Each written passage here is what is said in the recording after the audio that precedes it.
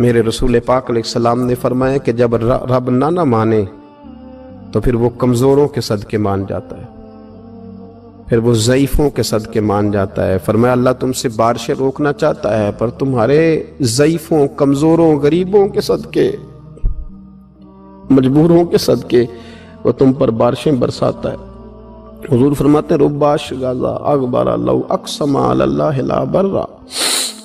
کچھ ایسے لوگ ہوتے ہیں کہ ان کے بالوں میں خاک پڑی ہوتی ہے، چہروں پہ مٹی الجھے ہوئے ہوتے ہیں، لیکن اگر وہ اللہ پہ قسم کھا لیں تو اللہ ان کی قسم بھی پوری کر دیتا ہے۔ حضور نے ہمیں بتلایا کہ پچھلے لوگ اپنے رب کو کیسے مناتے تھے، وہ کس طرح اس کے حضور ناز عرض کرتے تھے۔ حضور نے ہمیں اللہ کو منانے کے طریقے بھی بتلائے۔ فرمایا جب ماں باپ دعا مانگیں گے اولاد کے حق میں تو وہ مان جائے گا۔ حضور علیہ السلام نے فرمایا جب مسافر دعا مانگے گا تو اللہ مان جائے گا۔ فرمایا میرے رسول کریم نے کہ جب بیمار دعا مانگے گا تو اللہ مان جائے گا۔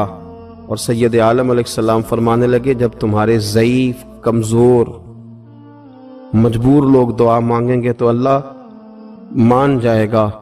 اور حضور نے فرمایا جب تم فرض ادا کر کے دعا مانگو گے تو اللہ مان جائے گا۔ اور میرے محبوب نے فرمایا جب پچھلی رات اٹھ کے تم اس کے حضور عرض کرو گے تو وہ تمہاری دعاؤں کو قبول کر لے گا، وہ تم مان جائے گا۔ اور حضور نے ہمیں دن بتائے، فرمایا جمعے والے دن مانگنا مان جائے گا، شب قدر کو مانگ لینا مان جائے گا، شب برات میں دعائیں کرنا وہ مان جائے گا، رمضان کی راتوں میں مانگنا مان جائے گا، قرآن پاک کے ختم کے موقع پر دعا کرنا مان جائے گا۔ طریقے بتلائے۔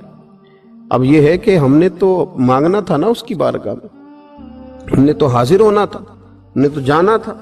اب ہم نے آگے بڑھنا ہے، اس کے حضور عرض کرنا ہے۔ حضور نے ہمیں بتلایا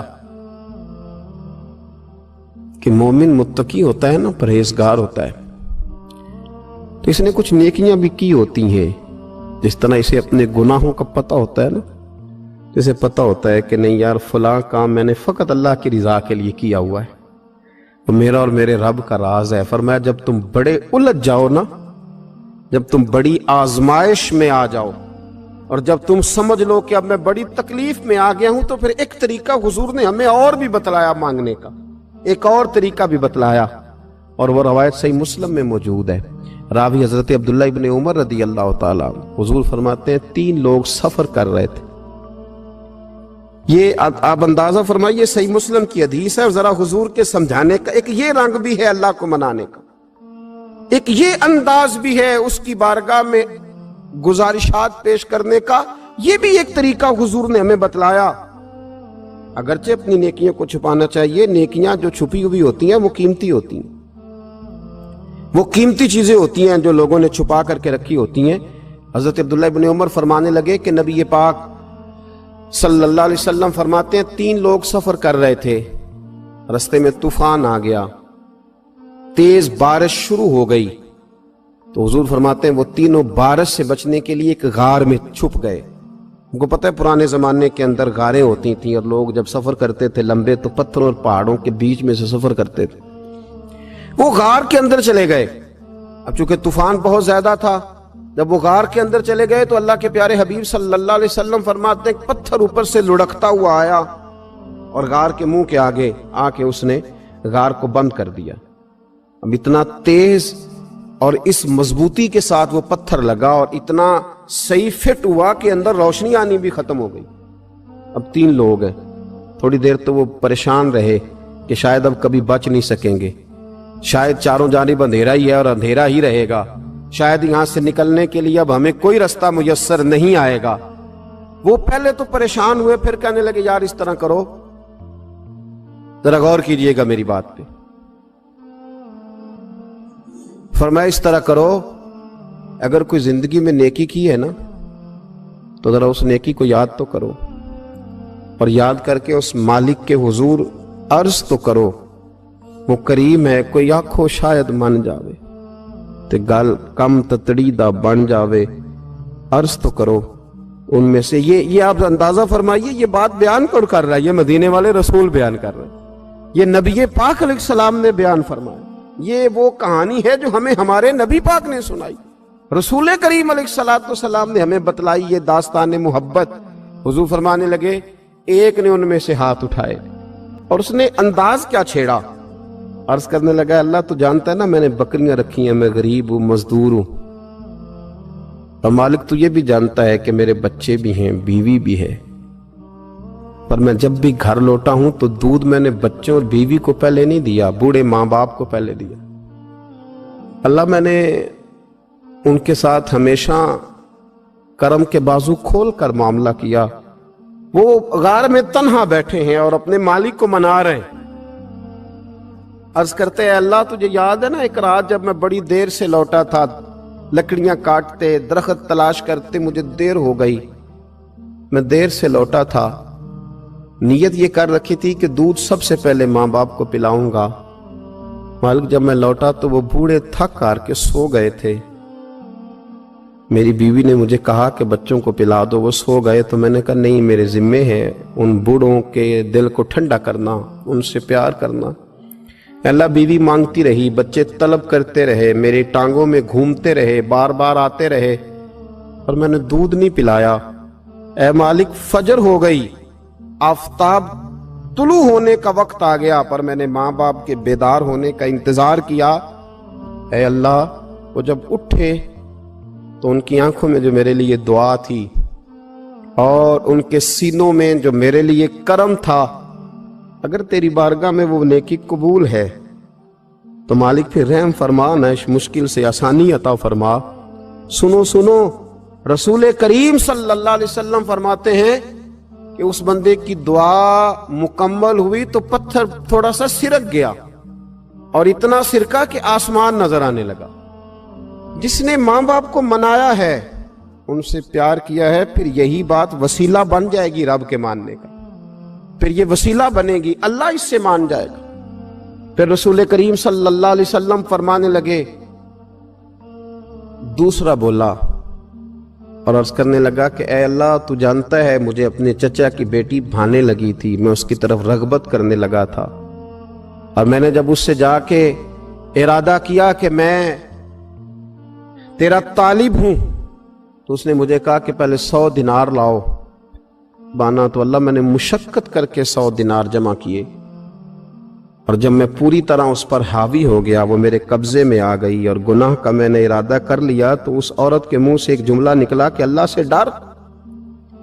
اے مالک وہ میرے قبضے میں تھی, اے اللہ میں گناہ پر قادر تھا, میں چاہتا تو گناہ کر لیتا, لیکن جب اس نے تیرا نام لے کے کہا نا کہ اللہ سے ڈر, اللہ میں ڈر گیا, میں اسے چھوڑ کے آ گیا. اگر تجھے یہ بات پسند ہے تو پھر نکال دینا اس مشکل سے, پھر کر دینا کرم.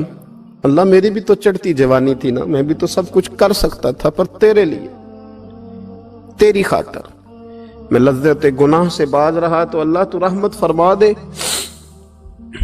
حضور فرماتے ہیں اس کی دعا مکمل ہوئی تھی کہ پتھر تھوڑا اور سرک گیا.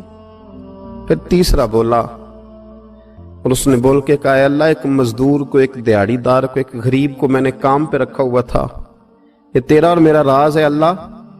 وہ مزدور, وہ دیہڑی دار میرے پاس کام پہ لگا تھا, کچھ چاول میں نے اس کی اجرت مقرر کر دی کہ تو کام مکمل کرے گا تو میں تجھے دوں گا. اور جب اجرت لینے کا وقت آیا تو وہ بگڑ کر ناراض ہو کر چلا گیا. میں اسے ڈھونڈتا رہا, وہ مجھے ملا نہیں. میں نے اس کے چاولوں کی قیمت کاروبار میں انویسٹ کر دی, اس کا تھوڑا سا سرمایہ, پر میں نے کھایا نہیں. پھر وہ اس سے میں کاروبار کرتا رہا, اور اتنا کاروبار کیا کہ بہت ساری گائیں اور ان کے چرواہے تیار ہو گئے. وہ سالوں کے بعد لوٹا, میں نے اس غریب کا مال کھایا نہیں بلکہ بڑھایا, محفوظ کر کے رکھا. وہ سالوں کے بعد لوٹا اور کہنے لگا میرا مال, تو میں نے کہا وہ ساری گائیں تیری ہیں, وہ چرواہا تیرا ہے, یہ سارا کچھ تیرا ہے. تو کہنے لگا تو مجھ سے مذاق کرتا ہے, میں غریب کہاں اور گاؤں اتنی بڑی گائیں کہاں, تو مذاق کرتا ہے. تو میں نے کہا مذاق نہیں, میں نے اپنے رب سے ڈر کے تیرے مال کی حفاظت کی, یہ تیرا ہے. اے اللہ میں کھا بھی تو سکتا تھا نا, پر تجھ سے ڈر کر میں نے وہ سارا محفوظ رکھا. اللہ اگر تجھے میری یہ ادا پسند ہے تو پھر آج مان جانا, آج راضی ہو جا. اللہ کے رسول فرماتے ہیں اس کی دعا مکمل ہوئی تھی کہ پتھر لڑکا اور ان کے لیے رستہ بن گیا.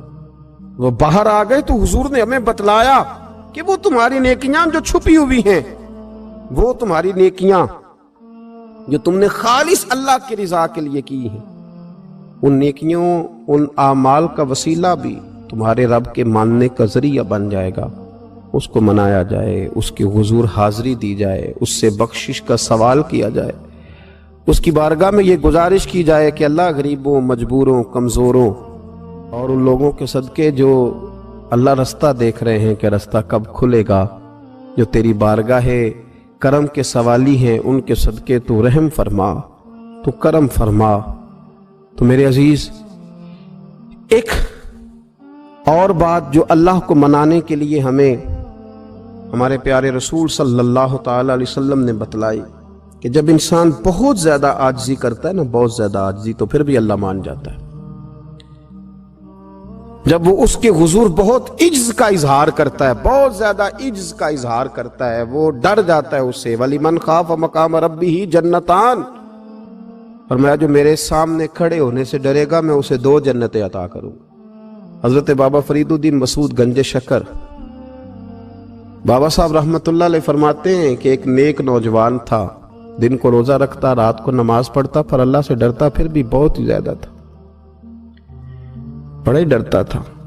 موت کا وقت آیا تو ماں ہی تھی بس اس کی، تو ماں سے کہنے لگا اماں میری ماں ہے، میرے ساتھ 3 وعدے تو کر.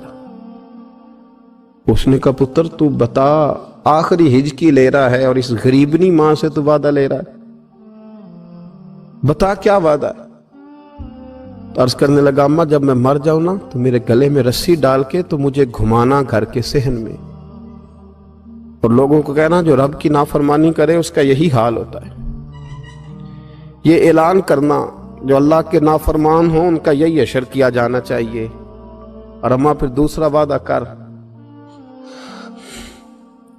میرا رات کو جنازہ اٹھایا جائے، میں نہیں چاہتا کہ کسی کے منہ سے یہ لفظ نکل جائیں کہ وہ دیکھو اللہ کا نافرمان جا رہا ہے. رات کو میرا جنازہ اٹھانا. اور اماں تیسرا میرے ساتھ وعدہ کر کہ لوگ مجھے دفن کر کے آ جائیں گے تو میری قبر پہ چلی جائے گی. عمل میرے پاس کوئی نہیں، پر مجھے لگتا ہے ماں کے قدموں کی برکت سے عرش کا مالک بھی رحم فرمائے گا. اماں تو وعدہ کر کہ میرے ساتھ وعدہ کر. بابا صاحب رحمت اللہ علیہ فرمانے لگے کہ ماں، بوڑھی ماں نے وعدہ کر لیا. کہا بیٹے ٹھیک ہے، اگر تیری یہی ضد ہے تو میں تیار ہوں. پھر اس نے کلمہ شہادت پڑھا، اس نوجوان کی روح پرواز کر گئی. بوڑھی ماں نے رسی منگائی تو وَلِمَنْ خَافَ مَقَامَ رَبِّهِ جَنَّتَانِ، جو ڈر جائے. اس نے تو کہا تھا نا کہ رسی ڈال کے گھمانا اور کہنا یہ اللہ کا نافرمان ہے، اس کا یہی اشر ہونا چاہیے تھا. لیکن جب ماں گلے میں رسی ڈالنے لگی تو گھر کے ہر کونے سے آواز آنے لگی، خبردار یہ رب کا دوست ہے، اللہ کے دوستوں کے ساتھ اس طرح کا معاملہ نہ کیا جائے، اسے چھوڑ دیا جائے. اور کہا تمہیں کچھ بھی اور کرنے کی ضرورت نہیں ہے، یہ تو رب کا دوست ہے اور رب کی بارگاہ میں حاضر ہو گیا. کچھ کوئی بندہ کہے گا کہ یہ تو ایک بابا فرید کا سنایا ہوا واقعہ ہے. سنیے، بخاری میں حدیث ہے، نبی پاک صلی اللہ علیہ وسلم نے فرمایا، حضرت ابو ہریرہ رضی اللہ تعالیٰ عنہ راوی ہیں، حضور فرماتے ہیں ایک شخص مرنے لگا تو اپنے بچوں سے کہنے لگا کہ میں جب مر جاؤں تو مجھے جلا دینا، اور پھر میرے جلے ہوئے وجود کو پیس دینا، پھر مجھے ہوا میں اڑا دینا. پتر مجھے اڑا دینا، مجھے بڑا ڈر لگتا ہے، اگر رب نے مجھ سے حساب پوچھا تو میں قابل نہیں ہوں، اڑا دینا مجھے ہواؤں میں. اگر اس نے مجھ سے عذاب لیا تو حساب لیا تو بڑا سخت حساب لے گا. حضور فرماتے ہیں، بخاری میں موجود ہے، اس کے بچوں نے اسی طرح کیا. اس کے مرنے کے بعد اسے جلایا، ہوا میں اڑا دیا. اللہ کے محبوب فرماتے ہیں رب کریم نے حکم دیا زمین کو کہ اس کے ذرات کو جمع کرو. زمین نے ذرے جمع کیے، خدا نے حکم دیا تو اس کا وجود پھر سے اسی شکل میں آیا. تو رب کریم نے فرمایا یہ جو تو نے وصیت کی تو کیوں کی؟ اللہ جانتا ہے کہ نہیں جانتا؟ یہ کی تو کیوں کی؟ تو رو پڑا، کہنے لگا اللہ میرے اندر تو طاقت نہیں تھی تیرے سامنے کھڑا ہو کے حساب دے سکوں، تجھے منانے کے لیے تیرے خوف سے ڈر گیا، میں ڈر گیا۔ اگرچہ ہمارے بزرگوں نے لکھا ہے کہ آج یہ وصیت کرنا اس رنگ میں، یہ طرز اختیار کرنا درست نہیں، لیکن آپ غور فرمائیے کہ نبی پاک علیہ السلام فرماتے ہیں جب اس نے کہا نا اللہ تجھ سے ڈر کے یہ کیا، تو رب کریم نے فرمایا جا پھر میں نے تیری مغفرت کر دی، کیونکہ اللہ کو پتا تھا یہ دل سے بات کر رہا ہے۔ ایک چوتھی بات